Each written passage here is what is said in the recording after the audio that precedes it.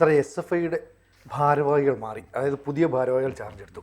അപ്പോൾ S F ഐയുടെ ഒരു സമര രീതി അല്ലെ അവരുടെ പ്രവർത്തന രീതിയിലൊക്കെ അടിമുടി മാറ്റം വരുമെന്ന് പ്രതീക്ഷിക്കുന്നു. പക്ഷേ മൊത്തത്തിൽ പൊതുജനങ്ങൾ വിലയിരുത്തുന്നത് എസ് എഫ് ഐ എന്ന് പറയുന്നത് കൂടുതൽ അക്രമം കാണിക്കുന്ന ഒരു വിദ്യാർത്ഥി സംഘടന എന്നാണ്. എങ്ങനെയാണെന്ന് വിലയിരുത്താൻ പറ്റുക? എസ് എഫ് ഐയുടെ നേതാവ് മാറി, ആർഷോ മാറി, പകരം ശിവപ്രസാദ് വന്നിട്ടുണ്ട്. പിന്നെ എസ് എഫ് ഐ മീറ്റിങ്ങിൽ തന്നെ എസ് എഫ് ഐക്ക് മൂല്യച്യുതി വന്നു എന്നൊക്കെ പറയുന്നുണ്ട്. പക്ഷേ പിണറായി പറഞ്ഞിരിക്കുന്നത് വേറെ രീതിയിലാണ്. അദ്ദേഹം പറയുന്നത് എസ് എഫ് ഐ ഒരാളെയും അപായപ്പെടുത്തിയിട്ടില്ല, രക്തസാക്ഷിത്വം ഏറ്റുവാങ്ങിയൊരു പാർട്ടിയാണ്. മാത്രവുമല്ല, എസ് എഫ് ഐ ആക്രമിക്കപ്പെടുമ്പോഴും അവരെ കൊല്ലുമ്പോഴും വലതുപക്ഷ മാധ്യമങ്ങൾ കണ്ടില്ല എന്നുള്ള രീതിയിൽ മറുവശം നോക്കി നിൽക്കുകയാണ് എന്നൊക്കെയാണ് പറഞ്ഞിരിക്കുന്നത്. അപ്പോൾ അതിൻ്റെ കുറച്ച് ചരിത്രം നമുക്കൊന്ന് നോക്കാം. നീന്തിക്കയറിയ ചോരച്ചാലുകൾ, സാധാരണ ആ ഒരു 2-3 എക്സ്പ്രഷൻസ്, ഫ്രേസസ് സാധാരണ എസ് എഫ് ഐയുടെ എല്ലാ മുദ്രാവാക്യങ്ങളിലും കാണും. അതെ. അപ്പോൾ ഈ ചോരച്ചാലുകൾ ഇവർ നീന്തിക്കയറി എന്ന് പറയുമ്പോൾ നമുക്ക് പെട്ടെന്ന് ഓർമ്മ വരുന്നത് 1996 ഒരു സംഭവമാണ്. പത്തനംതിട്ട പരുമല കോളേജ് എന്ന് പറഞ്ഞ ഒരു സ്ഥലമുണ്ട്. അവിടെ ABVPയും എസ് എഫ് ഐയും തമ്മിൽ അടിയുണ്ടായിരുന്നു. ഈ ABVPക്കാരെ ഇവരെ ആക്രമിച്ച് അവർ ജീവൻ രക്ഷിക്കാൻ വേണ്ടിയിട്ട് പമ്പയാറിലേക്ക് എടുത്ത് ചാടി കുറച്ച് പേര് ABVPക്കാർ. പക്ഷേ ഇവർ ചെയ്ത എസ് എഫ് ഐക്കാർ അന്ന് അവിടെ ചെയ്ത് എന്താണെന്ന് വെച്ച് കഴിഞ്ഞാൽ, നല്ല ഇഷ്ടിക കിടപ്പുണ്ടായിരുന്നു. ഇഷ്ടിക എടുത്ത് ഇവരുടെ തലയ്ക്ക് തന്നെ നോക്കി എറിഞ്ഞുകൊണ്ടേ ഇരിക്കുകയായിരുന്നു. ഇഷ്ടികയുടെ ഒരു മഴയാണ് അവിടെ നടന്നുകൊണ്ടിരുന്നത്. അപ്പം അന്ന് മരിച്ചത് അനൂപ് എസ് എന്ന് പറയുന്നൊരു ABVPക്കാരനുണ്ടായിരുന്നു. പിന്നെ സുജിത്ത് എന്ന് പറഞ്ഞൊരു ABVPക്കാരനുണ്ടായിരുന്നു.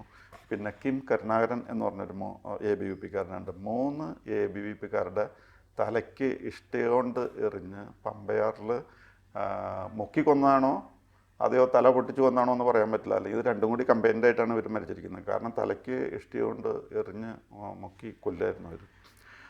അത് കഴിഞ്ഞ് ഉടനെ തന്നെ ഈ ABVPക്കാർ മരിച്ചതിന് ശേഷം അന്നത്തെ CPM ലീഡേഴ്സൊക്കെ അതിനെ ന്യായീകരിച്ചു.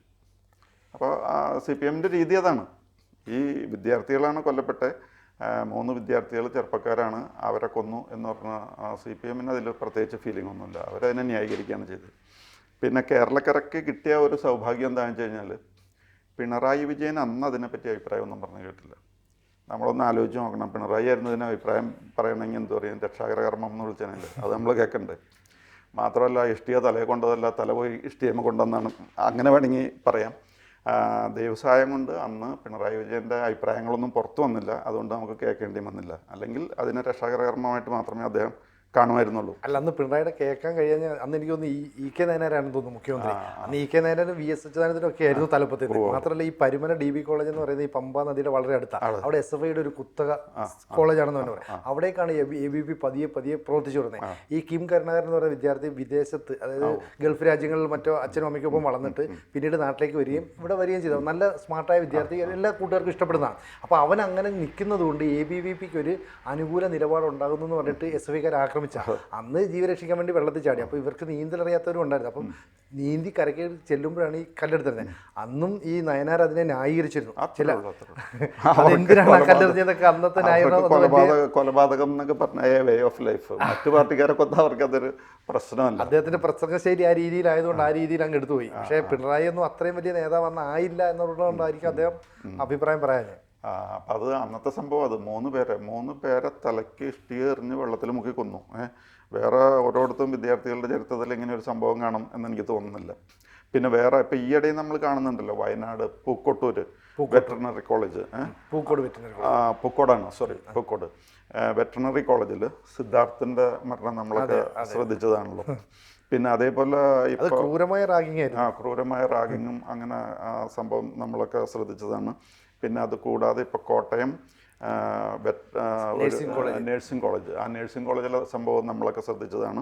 അപ്പോൾ ഇങ്ങനെയാണ് കാര്യങ്ങൾ പോയിക്കൊണ്ടിരിക്കുന്നത്. പിന്നെ ഈ പറയുന്ന ഇപ്പോൾ പകരം ആർഷോയ്ക്ക് പകരം വന്നിരിക്കുന്ന ശിവപ്രസാദ് എന്ന് പറഞ്ഞാൽ അങ്ങനെ അത്യാവശ്യം കേസുകളിലൊക്കെ പ്രതിയാണ്. അതുകൊണ്ട് വലിയ മാറ്റം ഒന്നും പ്രതീക്ഷിക്കേണ്ട. മാത്രമല്ല, ആർഷോ നേരത്തെ പറഞ്ഞിരുന്നത് SF ഐ വിചാരിച്ചു കഴിഞ്ഞാൽ ഇവിടെ ട്രിവാൻഡ്രം സിറ്റി പിന്നെ ചലിക്കില്ല എന്നൊക്കെ പറഞ്ഞ ആളാണ്. അപ്പോൾ ആ രീതിയിൽ. പക്ഷെ പകരം വന്ന ആളും അത്ര വലിയ ഗുണമുള്ള പാർട്ടിയായിട്ട് തോന്നണല്ലോ.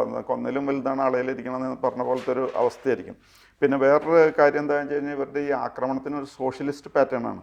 അതായത് ചെറിയവനാണോ വലിയവനാണോ എന്നൊന്നും നോക്കിയിട്ടില്ല, ഇവർക്ക് പറ്റാത്തവരെ ആക്രമിക്കുകയാണ്. അതിൽ ആക്രമണത്തിന് വിധേയരാകുന്നതിൽ ചിലപ്പോൾ അംബാസഡർ ഉണ്ടാവും, ചിലപ്പോൾ ഗവർണർ ഉണ്ടാവും, ചിലപ്പോൾ വൈസ് ചാൻസലർ ഉണ്ടാവും, ചിലപ്പോൾ പ്രിൻസിപ്പൽ ഉണ്ടാവും. ആ വലിപ്പമൊന്നും അവർക്ക് പ്രശ്നമല്ല, അവർ കയറി അങ്ങ് ആക്രമിക്കുകയാണ്. അപ്പോൾ ഗവർണർ പിന്നെ അരീഫ് മുഹമ്മദ് ഖാൻ ഈ പ്രാവശ്യം വന്നുകൊണ്ട് അദ്ദേഹത്തിൻ്റെ അടുത്ത് അത്ര ചിലവായില്ല. അദ്ദേഹം വന്നു. അതെ, ഇപ്പോൾ 6 ഏക്കർ വന്നേക്കണത് അതേപോലെയുള്ള ആളാണ്.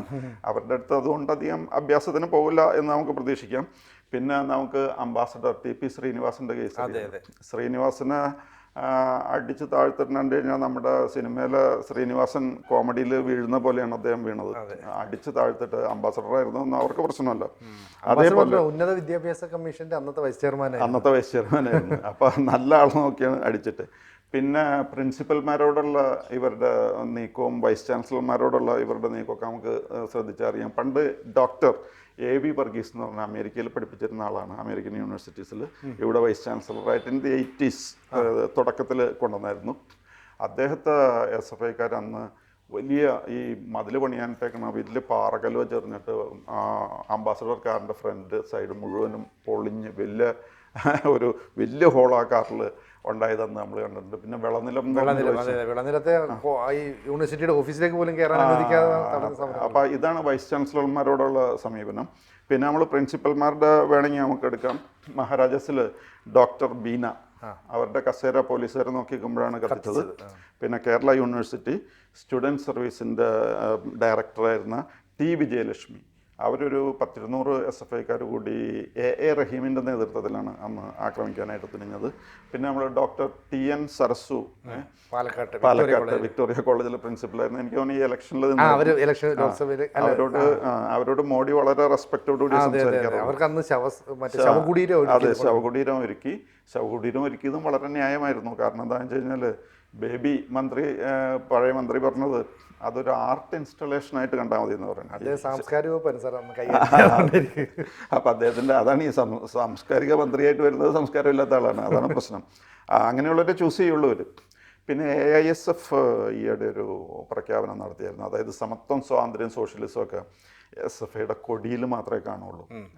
പക്ഷേ ഫലത്തിൽ അവരുടെ പ്രവർത്തനം എന്ന് പറഞ്ഞാൽ തന്നെ ഫാഷിസമാണ്. ഈ എതിരാളികൾ ഇല്ലായ്മ ചെയ്യില്ല, അവരുടെ ഒരു രീതിയാണ്. എന്ത് അക്രമവും കാണിക്കും എന്നുള്ളതാണ്. പിന്നെ അതേപോലെ പിണറായി വിജയൻ പറഞ്ഞൊരു കാര്യം എന്താണെന്ന് വെച്ച് കഴിഞ്ഞാൽ വലതുപക്ഷ മാധ്യമങ്ങൾ ലുക്ക് ദി അതർ വേ, വേറെ വഴിക്ക് നോക്കിക്കും അവരെ ആക്രമിക്കുമെന്നാണ് പറയുന്നത്. SFIക്കാരെ ആക്രമിക്കുമ്പോൾ അങ്ങനെയല്ല. കാരണം എന്താണെന്ന് വെച്ചാൽ എറണാകുളത്ത് നമുക്കറിയാമല്ലോ, ക്യാമ്പസ് ഫ്രണ്ട്, അഭിമന്യു പിന്നെ ആക്രമിച്ചു കഴിഞ്ഞപ്പോൾ എല്ലാ പത്രങ്ങളും അതിനെപ്പറ്റി വളരെയധികം ഡീറ്റെയിൽഡ് ആയിട്ടുള്ള റിപ്പോർട്ട്സാണ് കൊടുത്തിരുന്നത്. എല്ലാവരും, കേരള ജനത മൊത്തം ആപാലവൃദ്ധം അതിനോട് സിമ്പതി പ്രകടിപ്പിച്ചിരുന്നു. വലിയ സിമ്പതി പ്രകടിപ്പിക്കാതിരുന്ന എനിക്ക് തോന്നുന്നു CPM ആണെന്ന് തോന്നുന്നു. കാരണം CPM അപ്പോഴേക്കും അവരുടെ അരിവാൾ ചുറ്റിക ബക്കറ്റായിട്ട് ഇറങ്ങിയായിരുന്നു. ബക്കറ്റുകൾ നിറച്ചു, അതിൻ്റെ ഒരു ഫ്രാക്ഷനെ ഇങ്ങോട്ട് പോയുള്ളൂ എന്ന് പറയുന്നുണ്ട്. പല പരാതികളുണ്ട്, അതിനെപ്പറ്റി പല പരാതികളുണ്ട്. അപ്പോൾ CPM അതിലെന്തോരം ഇൻട്രസ്റ്റ് എടുത്തെന്നുള്ളതാണ് പ്രശ്നം. പത്രക്കാരൊക്കെ ന്യായമായ ഇൻട്രസ്റ്റ് അതിലെടുത്തു എന്നുള്ളതാണ് സത്യാവസ്ഥ. പിന്നെ ഇടുക്കിയിലെ എഞ്ചിനീയറിംഗ് കോളേജിൽ KSUക്കാരനൊരു ധീരജ് എന്ന് പറഞ്ഞ ഒരാളെ SFIക്കാരനെ കൊന്നായിരുന്നു. അന്നാണെങ്കിലും പത്രങ്ങൾ വേണ്ട പോലെ അതിൽ ഇൻട്രസ്റ്റ് എടുത്ത് അത് കാണാതെ ഒന്നും ഇരുന്നില്ല. അപ്പോൾ ചുരുക്കത്തിൽ പിണറായി ഈ വിഷയത്തിൽ പറഞ്ഞിരിക്കുന്ന എല്ലാ കാര്യങ്ങളും യാഥാർത്ഥ്യവുമായിട്ട് ഒരു ബന്ധമില്ലാത്ത കാര്യങ്ങളാണ് അദ്ദേഹം പറഞ്ഞിരിക്കുന്നത് എന്നാണ് എനിക്ക് തോന്നുന്നത്. ആധുനിക കാലത്ത് ഇപ്പം ഈ കോളേജുകളിലേക്ക് പോകുന്ന വിദ്യാർത്ഥികളുടെ എണ്ണം തന്നെ കുറഞ്ഞു വരുന്നു, പ്രത്യേകിച്ച് ആർട്സ് ആൻഡ് സയൻസ് കോളേജുകളിലേക്ക്. അപ്പോൾ അവിടങ്ങളായിരുന്നു SFIയുടെ ഒക്കെ ഒരു കലാലയ രാഷ്ട്രീയത്തിൻ്റെ ഒരു എന്താ പറയുന്നത് ഒരു ഊന്നി നിൽക്കാനുള്ളൊരു വഴി. അവിടേക്ക് ഇപ്പോൾ കുട്ടികളെ കിട്ടുന്നില്ല. പകരം അവർ ഈ യൂണിവേഴ്സിറ്റി കോളേജ് പോലെയുള്ള SFIക്ക് പൂർണ്ണമായ ആധിപത്യമുള്ള കലാലയങ്ങളിൽ വിദ്യാർത്ഥികളെ നിർബന്ധിച്ച് സമരരംഗത്തേക്കൊക്കെ ഇറക്കുക. നമുക്ക് ഈ അടുത്ത സമയത്ത് യൂണിവേഴ്സിറ്റിയിൽ കണ്ട സമരമൊക്കെ നമ്മൾ കണ്ടിരുന്നു. അപ്പോൾ അങ്ങനെയുള്ള ഒരു വിദ്യാർത്ഥി സംഘടനയ്ക്ക് ഇനി നിലനിന്ന് പോകാൻ കഴിയില്ല. അല്ലെങ്കിൽ അവർക്ക് അപ്പുറത്തേക്ക് സംസ്കാരമുള്ള വിദ്യാഭ്യാസമുള്ള വിദ്യാർത്ഥികളാണ് നടക്കുന്ന സംഘടന ABVPയും KSU ഒക്കെ ആയിട്ട് മാർക്ക് ചെയ്യപ്പെടുന്നുണ്ട്.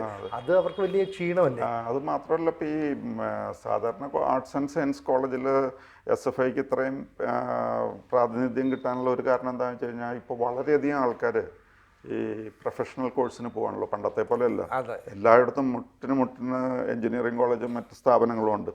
അപ്പോൾ അങ്ങനെ പോയതുകൊണ്ട് ഈ ആർട്സ് ആൻഡ് സയൻസ് കോളേജിൽ പണ്ടത്തേക്കാളും ഒക്കെ അല്പം കൂടി മോശം ലെവലായിട്ടുണ്ടോയെന്ന് തോന്നുന്നു.